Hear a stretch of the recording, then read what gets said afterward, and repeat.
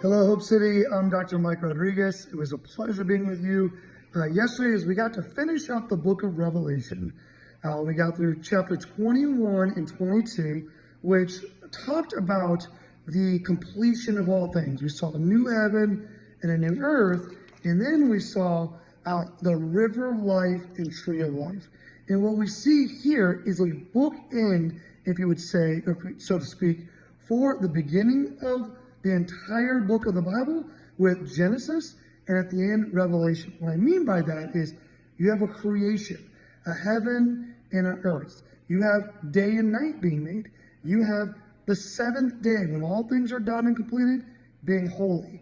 And we contrast that with the new creation that God makes, and that is a new heaven and a new earth, with no darkness at all, because the glory of God is in the place to illuminate all things. In fact, not just one day holy, but everything is holy because of the redeeming love of Jesus Christ. We see in the beginning in Genesis, we see a garden with a tree of life and a river of life. We were removed from that, and here now in Revelation, we see a garden, but more coming from the New Jerusalem in the throne of God, where a river of life is coming from the throne, and on each side is the tree of life, free for us to eat whenever we please. It's interesting because we saw in the book of Revelation, chapter 20, we saw the millennial reign and what happened, and people who make it through that in the great white throne judgment afterwards, where the great white throne judgment is where we see people getting judged for their actions, things that they did, and the people who come through the millennium, who accept the Lord and follow the Lord, they are going to still be on this new earth, and they'll have access to this new heaven. But the new heaven who lives there is the bride of Christ. We have we're always going to be with the Lord, where other people could kind of come in and out of the city of Jerusalem in the new heaven.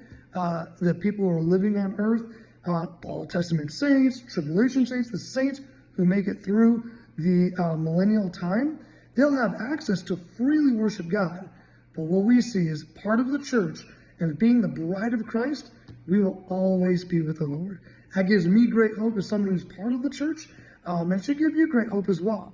We're going to go over a lot more of this stuff on Wednesday. We'll talk about dimensionality, what this could look like. We'll look at the stones that, if you remember, I had a hard time saying. I'll give you some more of that and go over what those look like with the breastplate of the priests, the Levites, and go over some of those cool, interesting facts. So see us on Wednesday. But man, it has been an absolute pleasure to do this book with you. There's so many cool insights.